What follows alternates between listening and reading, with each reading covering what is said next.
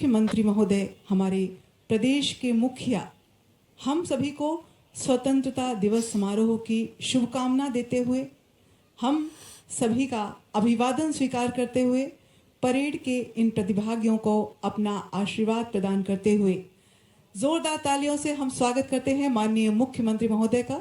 सुमधुर गति से आगे बढ़ते हुए माननीय मुख्यमंत्री महोदय डॉक्टर मोहन यादव आपका परिचय देना चाहेंगे।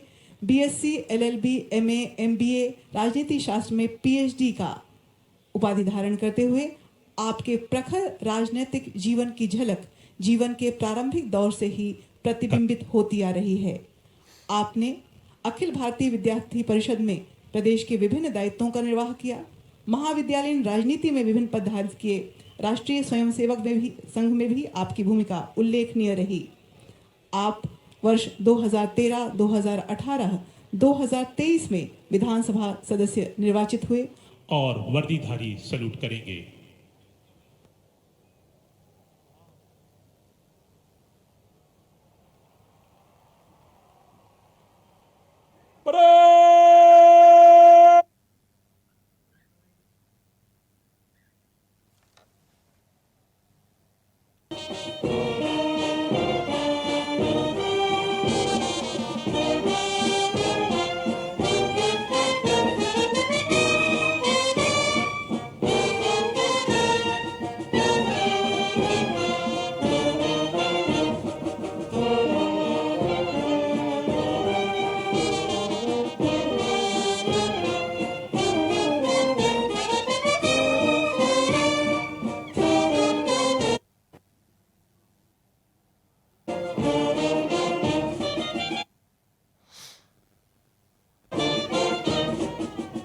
परेड निरीक्षण के लिए अनुरोध करेंगे। स्वतंत्रता दिवस परेड आपके निरीक्षण के लिए तैयार है श्रीमान। परेड निरीक्षण एक महत्वपूर्ण क्षण।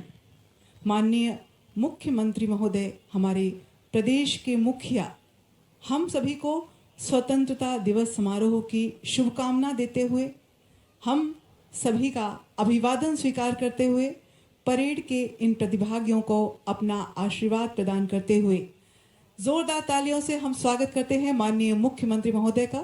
सुमधुर गति से आगे बढ़ते हुए तो मुख्यमंत्री डॉक्टर मोहन यादव ने ध्वजारोहण कर दिया है। इसी के साथ ये दो तस्वीरें हम आपको दिखा रहे हैं। पहली तस्वीर मध्य प्रदेश की राजधानी भोपाल से, जहां मुख्यमंत्री डॉक्टर मोहन यादव ने ध्वजारोहण किया है और अब वे परेड की सलामी ले रहे हैं। इसी के साथ दूसरी तस्वीर छत्तीसगढ़ की राजधानी रायपुर से, जहां मुख्यमंत्री विष्णुदेव साय परेड की सलामी ले रहे हैं। तो ये दो अलग अलग जगहों से तस्वीरें। स्वतंत्रता दिवस पर देश अपना 79वां स्वतंत्रता दिवस मना रहा है। पूरे गौरव और उत्साह के साथ इस महापर्व को मनाया जा रहा है। तो बता दें कि आज़ादी का महापर्व है 79वां आज़ादी दिवस आज मनाया जा रहा है। तो वीर बलिदानियों की शहादत को याद करने का, नमन करने का आज दिन है। उनकी बलिदान, उनकी कुर्बानी के कारण हम पूरे गर्व के साथ, उत्साह के साथ स्वतंत्रता दिवस मना रहे हैं। तो ये दो तस्वीरें जिसमें मुख्यमंत्री डॉक्टर मोहन यादव भोपाल से ये सीधी तस्वीरें आपको दिखा रहे हैं, जनता के बीच पहुंच रहे हैं, अभिवादन कर रहे हैं, कार पर सवार है। तो वहीं दूसरी तस्वीर रायपुर से, जिसमें मुख्यमंत्री विष्णुदेव साय नजर आ रहे हैं, मंच पर मौजूद है, परेड की सलामी ले रहे हैं।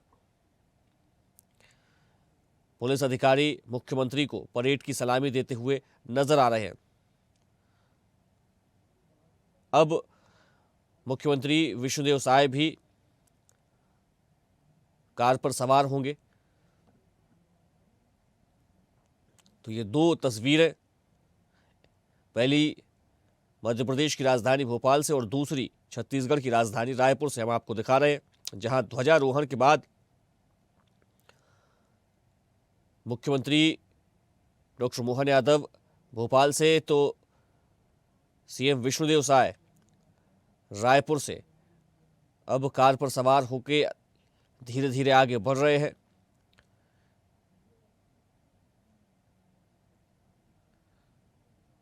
तो हाथ हिलाकर लोगों का अभिवादन कर रहे हैं। ये जश्न मनाया जा रहा है पूरे उत्साह के साथ। आज़ादी का जश्न मनाया जा रहा है। तो जश्न आज़ादी में शामिल होने के लिए बड़ी संख्या में लोग पहुंचे हैं। तो भोपाल और रायपुर से ये दो अलग अलग तस्वीरें हम लगातार आपको दिखा रहे हैं।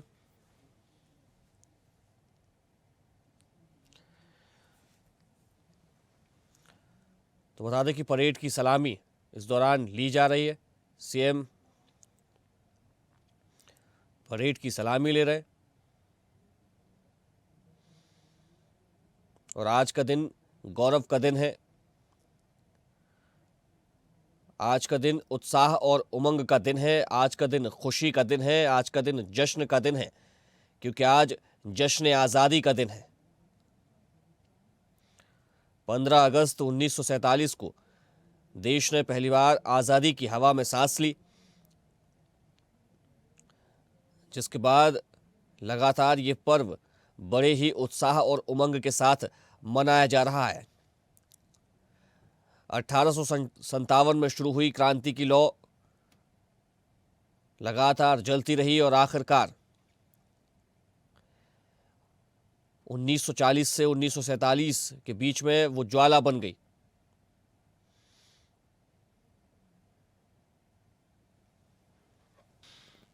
सभी ज्ञात अज्ञात राष्ट्र प्रेमियों के स्मरण और उन्हें आदरांजलि अर्पित करने का ये महत्वपूर्ण अवसर है। मध्य प्रदेश की माटी ऐसे अनगिनत जननायकों की जन्मभूमि रही है जिन्होंने माँ भारती की रक्षा में सर्वस्व न्यौछावर किया है। हमारी स्वतंत्रता में टंट्या मामा, ख्वाजा नायक, राजा भभूत सिंह, राजा शंकर शाह, राजा रघुनाथ शाह, अवंतीबाई, चंद्रशेखर आज़ाद, तात्या टोपे जैसे वीर बलिदान और रानी दुर्गावती, रानी अवंतीबाई, रानी कमलापति, रानी लक्ष्मीबाई, झलकारी बाई जैसी वीरांगनाओं का शौर्य शामिल है। प्रिय भाइयों और बहनों, ऑपरेशन सिंदूर के माध्यम से विश्व ने भारत की शक्ति और सामर्थ्य दोनों देखा है। युद्ध में नई तकनीक को अपनाने की बात हो या सेना का आधुनिकतम अस्त्र शस्त्र उपलब्ध कराने का काम हो, हमारे यशस्वी प्रधानमंत्री जी ने कोई कोर कसर नहीं छोड़ी। हमने भारत की एकता अखंडता पर कुदृष्टि डालने वालों को समझा दिया कि जिस भाषा में जो समझे वो भाषा पूरी बोलेंगे। देश धर्म की खातिर हम तो बात जरूरी बोलेंगे। सौ नमन हमारे होंगे देश के वीर सपूतों को, जिनका शौर्य सुनाने को अक्षर सिंदूरी बोलेंगे। प्रधानमंत्री जी के कार्यकाल के 11 वर्ष अभूतपूर्व उपलब्धियों के हैं। पिछले देश में हमारे सबके सामने 11 वर्षों में जहां सबका साथ, सबका विकास, सबका विश्वास, सबका प्रयास के सिद्धांतों से प्रेरित होकर जन केंद्रित, समावेशी और सर्वांगीण प्रगति को प्राथमिकता दी गई। वहीं भारत विश्व में सबसे तेज बढ़ती अर्थव्यवस्था बना है। वर्तमान में भारत विश्व की चौथी सबसे बड़ी अर्थव्यवस्था है। शीघ्र ही भारत विश्व की तीसरी सबसे बड़ी अर्थव्यवस्था बन जाएगा। जहां कश्मीर से धारा 370 की समाप्ति हुई, वहीं नारी शक्ति वंदन अधिनियम के माध्यम से संसद और विधानसभाओं में महिलाओं के लिए 33% आरक्षण देने की पहल प्रारंभ की गई। भाइयों और बहनों, आत्मनिर्भर भारत कोई साधारण नारा नहीं है। यह 140 करोड़ भारतीयों का अटल संकल्प है।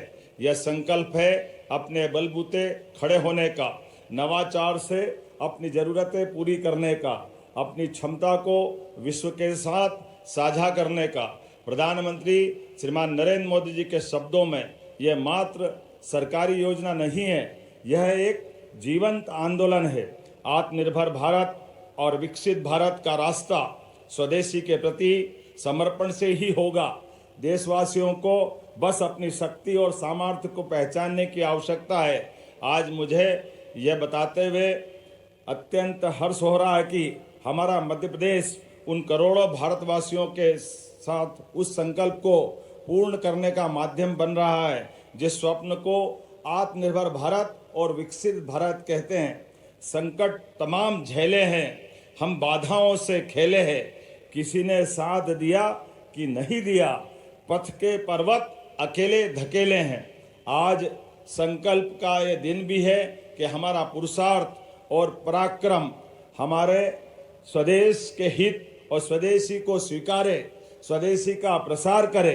भारत की आत्मा में बसा स्वदेशी केवल आर्थिक नीति नहीं बल्कि आत्मसम्मान, आत्मनिर्भरता, वैश्विक नेतृत्व का मंत्र है। आज प्रधानमंत्री श्रीमान नरेंद्र मोदी जी के वोकल फॉर लोकल और लोकल फॉर ग्लोबल के आह्वान के साथ हमें हर क्षेत्र में टेक्नोलॉजी, मैन्युफैक्चरिंग, स्टार्टअप, कृषि, ऊर्जा, रक्षा में स्वदेशी को आधार बनाना है। इसका अर्थ है हर उत्पाद हमारे कौशल, हमारे श्रम और हमारे संसाधनों से निर्मित हो। प्राकृतिक खेती से लेकर सेमीकंडक्टर मिशन तक, अंतरिक्ष अनुसंधान से लेकर स्वदेशी युद्धपोत निर्माण तक हमें भारत को नवाचार और उत्पादन की अग्रिम पंक्ति में खड़ा करता है। जिस तरह से खादी के एक धागे ने स्वतंत्रता संग्राम को शक्ति दी है, वैसे ही स्वदेशी का प्रत्येक कदम हमें विकसित भारत के संकल्प की ओर ले जाएगा। मध्य प्रदेश का वर्ष 2025 का बजट प्रदेश के विकास और समृद्धि के लिए तैयार किया गया, जिसमें कोई नया कर नहीं लगाया गया है। यह राज्य सरकार का लक्ष्य बजट को दोगुना करने का है। मध्य प्रदेश की प्रति व्यक्ति आय 1,39,000 वार्षिक से बढ़कर 2024-25 में 1,52,000 हो गई है। यशस्वी प्रधानमंत्री श्रीमान नरेंद्र मोदी जी के मार्गदर्शन में मध्य प्रदेश सरकार ज्ञान अर्थात गरीब, युवा, अन्नदाता और नारी, इन 4 प्रमुख वर्गों के कल्याण के लिए संकल्पबद्ध है। मुझे इस बात की प्रसन्नता है, युवा कल्याण राज्य सरकार की प्राथमिकता है। प्रदेश में गठित स्वामी विवेकानंद युवा शक्ति मिशन के तहत कौशल विकास, प्रशिक्षण, नवाचार और खास करके शोध को बढ़ावा दिया जाएगा। प्रदेश के सभी शासकीय विभागों में 1 लाख पदों पर भर्तियां की जा रही है। आगामी 5 वर्ष में 2,50,000 भर्तियां करने का लक्ष्य निर्धारित किया गया है। देश के केंद्र में स्थित होने के कारण सभी दिशाओं में आसान पहुंच, कच्चे माल की उपलब्धता, कुशल मानव संसाधन, लॉजिस्टिक सुविधा और उद्योग हितैषी 18 नीतियों के क्रियान्वयन से निवेशकों का भरोसा मध्य प्रदेश पर बढ़ा है। निवेश हितैषी औद्योगिक इकोसिस्टम के कारण मध्य प्रदेश के निर्यात में 6% की बढ़ोतरी हुई है। मध्य प्रदेश ने वर्ष 2025 को उद्योग एवं रोजगार वर्ष घोषित किया है। प्रदेश में 7 रीजनल इंडस्ट्री कॉन्क्लेव के बाद अब खनिज और पर्यटन जैसी कॉन्क्लेव लगातार आयोजित की जा रही है। भोपाल में पहली बार माननीय प्रधानमंत्री श्रीमान नरेंद्र मोदी जी के प्रमुख आतिथ्य में अनंत संभावनाओं की थीम पर ग्लोबल इन्वेस्टर समिट 2025 का आयोजन किया गया। निवेश संवर्धन क्षेत्र में भी हमने बड़ी उपलब्धियां हासिल की है।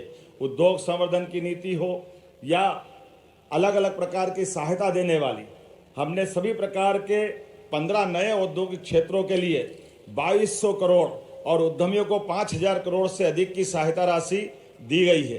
प्रदेश में 1,000 औद्योगिक इकाइयों को भूमि आवंटन के आशय पत्र और आवंटन आदेश जारी किए गए हैं, जिसमें 40,000 करोड़ का निवेश, 93,000 करोड़ से अधिक व्यक्तियों को रोजगार प्राप्त होने की संभावना है। स्वदेशी अभियान विकसित और आत्मनिर्भर मध्य प्रदेश की आधारशिला रख रहा है।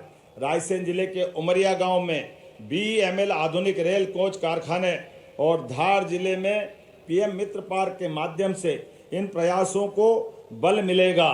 मुझे इस बात की प्रसन्नता है, धार में PM मित्र पार्क से मध्य प्रदेश को टेक्सटाइल इंडस्ट्री में फार्म से फॉरेन तक की नई दिशा मिलेगी।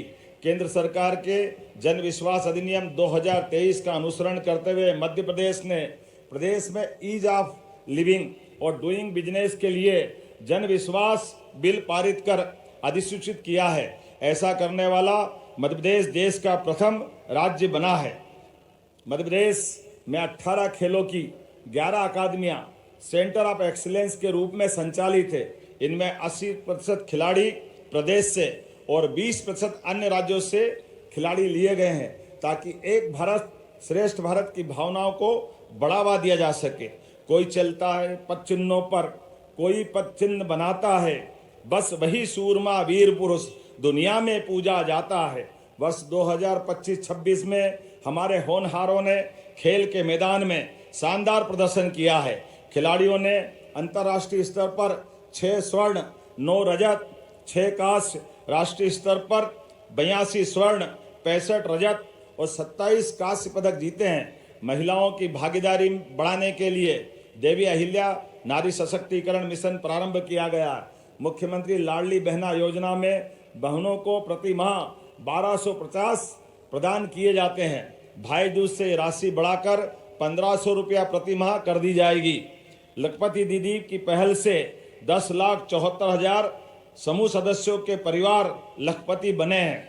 टेक्सटाइल सहित रोजगार परक उद्योगों में हमने प्रति माह युवक एवं युवतियों को 5,000 रुपया प्रति माह का अनुदान उपलब्ध कराने का और प्रोत्साहन राशि देने का निर्णय किया है। वर्तमान में किसानों को 5 रुपए में बिजली का स्थायी कनेक्शन उपलब्ध कराया जा रहा है। हमने 3 वर्षों में 32 लाख सोलर पंप उपलब्ध कराकर किसानों को बिजली बिल से मुक्ति दिलाने का लक्ष्य रखा है। किसान भाइयों को 10 लाख कनेक्शन देकर 24 घंटे बिजली उपलब्ध कराई जाएगी। किसानों से गेहूं समर्थन मूल्य 26 रुपये प्रति कुंटल पर खरीदा गया है। मध्य प्रदेश देश का सर्वाधिक प्रामाणिक जैविक खेती क्षेत्र है। माननीय प्रधानमंत्री जी की प्रेरणा से प्राकृतिक खेती को निरंतर बढ़ावा देने के प्रयास जारी हैं। मध्य प्रदेश के 14 लाख से अधिक किसानों के खाते में 1383 करोड़ रुपये फसल बीमा की राशि जारी की गई है। मध्य प्रदेश में कृषि उद्योग समागम 2025 एक नई पहल है। इस समागम का आयोजन किसानों की आय बढ़ाने के उद्देश्य से किया गया है। मंदसौर में 3,812 करोड़ की रुपये की राशि से निवेश में 11 औद्योगिक इकाइयों का शिलान्यास और लोकार्पण हुए, जिसमें 6,850 लोगों को रोजगार मिलेगा। इसी तरह 3 दिवसीय समागम का आयोजन नरसिंहपुर में किया गया है। प्रधानमंत्री किसान सम्मान निधि, मुख्यमंत्री किसान कल्याण योजना में 1.5 वर्ष में किसानों को कुल 46,700 करोड़ रुपए का वित्तीय समर्थन दिया गया है। पशुपालन और डेयरी विकास के लिए सरकार द्वारा अभिनव योजनाएं प्रारंभ की गई। कोई साइकिल पे, कोई ठेले पे रख करके अपने परिवार के स्वजन का शव ले जाता था। हमने निर्णय किया है कि इसके बजाय प्रत्येक जिला चिकित्सालय को 2 और जहां मेडिकल कॉलेज है ऐसे स्थान पर 4 वाहन रख करके हम मानवता के इस भाव को प्रकट करते हुए हर गरीब से गरीब आदमी की सेवा में सरकार लगी है। ये भाव के आधार पर ये निःशुल्क हमने अपने वाहन उपलब्ध कराए हैं। जिला चिकित्सालय सहित ऐसे स्थानों पर हमारी आवश्यकता के अनुसार से ये वाहन उपलब्ध हो सकेंगे। शिक्षा सशक्त समाज का आधार है।